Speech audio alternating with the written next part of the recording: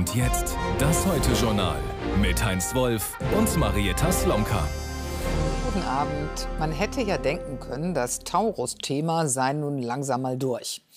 Aber seit gestern gibt es eine neue Wendung, die für Aufregung sorgt. Auf dem Online-Portal T-Online wurde ein Artikel veröffentlicht, für den es offenkundig jemanden gab, der die Redaktion mit Infos aus einer geheimen Sitzung des Verteidigungsausschusses fütterte. Ob die Inhalte selbst überhaupt so brisant sind, wie behauptet, und ob sie sachlich richtig eingeordnet werden, darüber wird eifrig diskutiert. Eindeutig ist jedoch, dass da jemand geplaudert hat. Und das könnte in dem Fall sogar strafbar sein. Und so fragt sich jetzt ganz Berlin, wer war's? Dorte Färber berichtet. Sie hat Anzeige gegen Unbekannt erstattet, gegen die Person, die geheime Informationen aus dem Verteidigungsausschuss verraten hat. Marie-Agnes Strack-Zimmermann sitzt dem Ausschuss vor, der am Montag tagte. Geheim stand da rot an der Tür. Und doch sind Details der Sitzung an die Öffentlichkeit gekommen. Der Generalinspekteur der Bundeswehr soll bei der Aufklärung über das Taurus-System gesagt haben, dass es nur begrenzt technische Anlagen zur Aufbereitung von komplexen Daten gebe. Wenn sie der Ukraine geliefert würden, entstünde der Bundeswehr ein Engpass. Also ich kann jetzt nicht aus der Sitzung sprechen, denn sie war geheim. Aber es wurden einfach einige Sätze aus der Sitzung raustransportiert. Und das ist offenkundig auch getriggert dadurch, dass jemand möchte, dass Unsicherheiten entstehen. Der Kanzler lehnt die Lieferung der Taurus-Marschflugkörper ab. Dass Deutschland bei Abgabe von Taurus in seiner eigenen Verteidigungsfähigkeit beeinträchtigt werden könne, hatte er dafür bisher nicht als Grund genannt. Scholz selbst äußert sich inhaltlich weiter nicht. Vor seinem Flug in den Nahen Osten nur so viel zum Verteidigungsausschuss. Geheimnisverrat ist etwas, was nicht stattfinden darf. Und deshalb ist es immer richtig und auch in diesem Fall richtig, dass dem nachgegangen wird. Bleibt die Frage, ob das, was jetzt öffentlich geworden ist, überhaupt so gesagt worden ist. Die Grüne Agnieszka Brugger ist Mitglied im Verteidigungsausschuss und postet Folgendes. Hier plaudert jemand mit sehr offensichtlichen Eigeninteressen aus einer Sitzung, die als geheim eingestuft war, und behauptet Dinge, die freundlich gesagt sehr verzerrt sind. Warum aber sind die Informationen durchgestochen worden? Die CDU hat da eine Vermutung. Die Interessenabsicht dessen, was da ausgeplaudert wurde und dann mit eigenen Bewertungen vermischt wurde, ist ja eindeutig inhaltlich. Das soll die Position des Kanzlers stärken. Das ist der eindeutige Zweck dieser Durchstechereien. Der Kanzler schweigt aber zum Inhalt der geheimen Informationen und allen Mutmaßungen über seine Beweggründe der Taurus-Ablehnung. Die sogenannte Präsidentschaftswahl in Russland ist eine Farce. In den von Russland besetzten Territorien ist sie darüber hinaus noch ein eklatanter Bruch des Völkerrechts. Gebiete gewaltsam zu unterwerfen, einseitig zum eigenen Staatsgebiet zu erklären und sich dort wählen zu lassen, das ist Teil von Putins Kriegsführung. Tim Kröger berichtet. Endlich in Freiheit, 48 Stunden im Bus, um den Repressalien in den russisch besetzten Gebieten der Ukraine zu entkommen. Der 17-jährige Iwan hat zusammen mit anderen den einzigen noch passierbaren Grenzübergang zwischen Russland und der Ukraine hinter sich gelassen. Ich habe Angst vor der russischen Mobilisierung. Außerdem ist es nicht möglich, dort zu leben. Es ist beängstigend. Iwan stammt aus der Stadt Melitopol. Er ist aus Angst viel zu Hause geblieben und erzählt, dass Menschen einfach umgebracht wurden, dass es gefährlich war, freie Medien zu nutzen. Er selbst ist noch nicht wahlberechtigt, aber Iwan hat erlebt, wie Russland in seiner Heimat rechtswidrig wählen lässt. Es kommen 2 Zivilisten und 2 Militärangehörige zusammen. Uns wurde gesagt, dass es die Möglichkeit gibt zu wählen oder auch nicht, aber dass das Ergebnis schon feststeht. Offiziell versucht Russland, das Bild von normalen Wahlen zu vermitteln. Hinter den Kulissen aber herrsche massive Unterdrückung. Russland siedle immer mehr eigene Landsleute in den völkerrechtswidrig annektierten Gebieten an und drangsaliere pro-ukrainische Menschen, so ukrainische Beobachter. Es ist eine Einschüchterungsaktion, um zu sehen, wer loyal ist und wer nicht und wie viele Leute noch übrig sind. Der Zeitpunkt der russischen Präsidentschaftswahl fällt ausgerechnet zusammen mit dem Datum des Referendums zum Status der zur Ukraine gehörenden Krim heute vor 10 Jahren. 2 Tage später folgte die Annexion der Halbinsel durch Russland. Ruslan Chalapow ist Abteilungschef eines ukrainischen Senders, der Nachrichten für und über die Krim produziert. Pro-ukrainische Einwohner und vor allem die Volksgruppe der Krim-Tataren werden massiv verfolgt, sagt er. Zehntausende seien seit 2014 vertrieben worden. Sie würden verhaftet und enteignet, ihre Kulturgüter zerstört. Man darf die Tatsache einfach nicht ignorieren, dass diese Besatzung und alle Aktivitäten der Besatzungsmacht darauf ausgerichtet sind, die ukrainische und die krimtatarische Identität zu vernichten. Ruslan ist selbst Krimtatare und überzeugt, dass er eines Tages zurückkehren wird auf die Krim, um seine Kultur wieder aufzubauen. Bundeskanzler Scholz ist in Jordanien eingetroffen. Er wird morgen zuerst dort Gespräche führen. Danach geht es weiter nach Israel. Jordanien hat die Luftbrücke für den Gazastreifen initiiert, an der sich nun auch Deutschland beteiligt. Die deutsche Luftwaffe hat heute mit dem Abwurf von Hilfsgütern begonnen. Aus den Herkules-Transportflugzeugen der Bundeswehr wurden Paletten mit Fallschirmen abgesetzt. Insgesamt wurden so 4 Tonnen Lebensmittel geliefert. Morgen soll es weitergehen. Derweil kämpft Israel nicht nur gegen die Hamas im Gazastreifen. Längst gibt es im Norden eine weitere Kampfzone gegen die Hisbollah im Libanon mit Raketenbeschuss von beiden Seiten.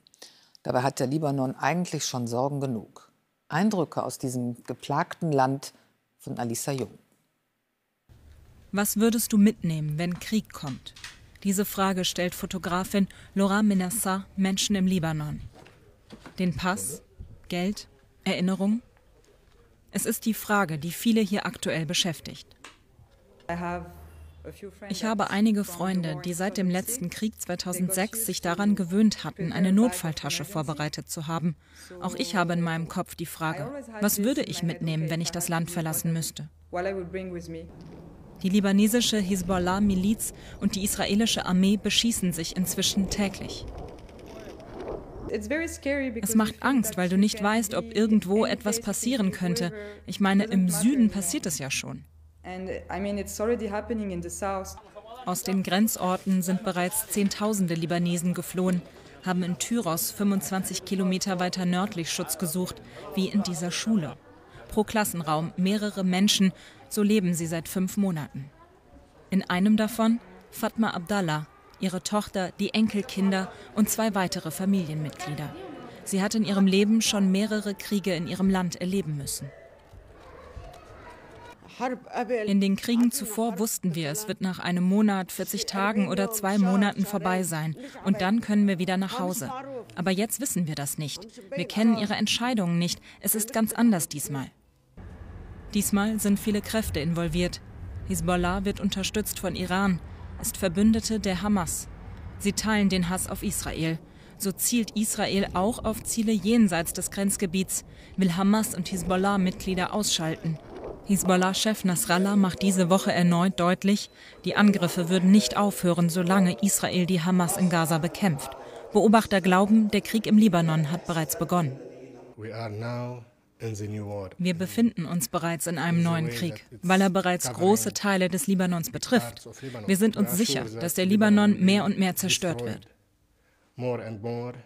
In Beirut glaubt niemand, dass der Staat sie schützen könnte. Im Land herrscht eine schwere Wirtschaftskrise. Das Geld ist nichts mehr wert. Es gibt eine Regierungskrise, seit einem Jahr keinen Präsidenten. Ich meine, sie schützen uns nicht einmal, wenn es gut läuft. Was machen sie dann also, wenn es richtig schlimm wird? Nein, ich vertraue niemandem. So bleibt für sie die Frage, was würdest du mitnehmen, wenn Krieg kommt? Und mit einem Blick auf Israel geht es bei dir jetzt erstmal weiter, Heinz. Ja, dort in Israel sind erneut tausende Menschen zu Protesten auf die Straße gegangen. Mehrere Gruppen forderten die Freilassung von Geiseln aus der Gewalt der Hamas. Andere protestierten gegen die Regierung von Ministerpräsident Netanyahu. Bei einer Kundgebung zündeten Demonstranten Rauchbomben und legten vor Regierungsgebäuden Feuer auf der Straße. Es kam zu Auseinandersetzungen mit der Polizei, die auch Wasserwerfer einsetzte. Zeitweise war eine wichtige Stadtautobahn in Tel Aviv blockiert. Bildungsministerin Stark-Watzinger fordert, dass die Gesellschaft insgesamt gut auf Krisen wie Pandemie oder Krieg vorbereitet sein müsse und der Zivilschutz auch in die Schulen gehöre. Gegenüber den Funke-Zeitungen verwies sie auf Großbritannien, wo Übungen für den Katastrophenfall an Schulen zum Alltag gehörten. Ziel müsse sein, die Widerstandsfähigkeit der Bevölkerung zu stärken. Die SPD hat auf einer Vorstandsklausur ein 10-Punkte-Programm zur Stärkung der Wirtschaft beschlossen. Neben Steuererleichterungen für die Mittelschicht und einer Reform der Schuldenbremse gehört ein drastischer Bürokratieabbau zu den zentralen Punkten. SPD-Chef Klingbeil sprach von einem Angebot an die Koalitionspartner Grüne und FDP. Man werde sehen, was in dieser Legislaturperiode noch umsetzbar sei.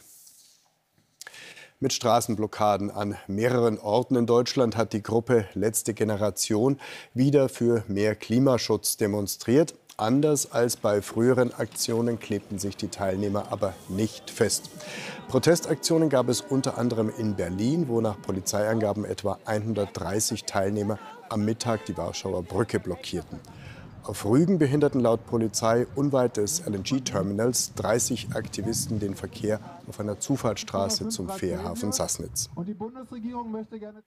Nach diversen Streiks und nicht enden wollenden gegenseitigen Vorwürfen verhandeln Deutsche Bahn und die Gewerkschaft Deutscher Lokomotivführer wieder. Was ja an sich schon mal eine gute Nachricht ist. Und die Beteiligten geben sich auch zuversichtlich, dass es in der kommenden Woche eine Einigung in dem Tarifstreit geben könnte. Bis dahin soll es auch keine weiteren Streiks geben. Dann fragen wir kurz nach bei unserem Reporter Stefan Schlösser. Was gibt denn da Anlass zu der verbreiteten Zuversicht? Zunächst einmal, dass sie überhaupt zusammensitzen und miteinander sprechen, anstatt nur übereinander. Bahn und GDL haben heute wortgleiche Pressemitteilungen verschickt. Also da sieht man schon, da hat man sich abgestimmt, da hat man eine gemeinsame Linie gefunden. Und demnach werde im kleinsten Kreis hinter verschlossenen Türen sehr intensiv, aber auch konstruktiv verhandelt. Und dabei ist man offenbar schon vorangekommen. Bei vielen Themen hat man sich bereits verständigen können. Und das stimmt offenbar beide Seiten so zuversichtlich, jetzt endlich nach Monaten, nach insgesamt 6 Streiks eine gemeinsame Einigung finden zu können. Und der Druck auf beide Tarifparteien wird ja auch immer größer, aus der Politik, aus der Wirtschaft, von den Verbänden. Und natürlich haben auch Millionen Bahnreisende gründlich die Nase voll davon, immer wieder kurzfristig umplanen zu müssen. Auch wenn Klaus Wieselski sich gerne als harter Hund gibt, ihm wird es nicht völlig egal sein können, wenn die Stimmung tatsächlich kippt und wenn immer mehr Menschen kein Verständnis haben für das Handeln der GDL. Denn ausbaden müssen das am Ende die Lokführer und die anderen Bahnbeschäftigten, die vor Ort die Arbeit erledigen. Und eine Diskussion über eine Verschärfung des Streikrechts kann der GDL als Splitterpartei auch nicht recht sein.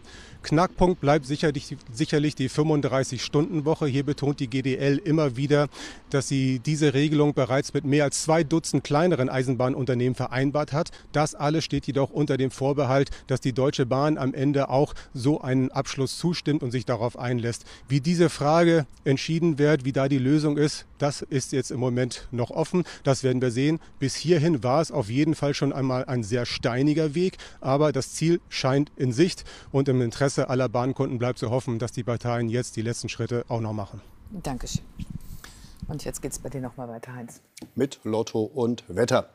Die Lottozahlen dieses Samstags lauten, wie immer ohne Gewähr, 5, 16, 19, 25, 40, 48, Superzahl 3.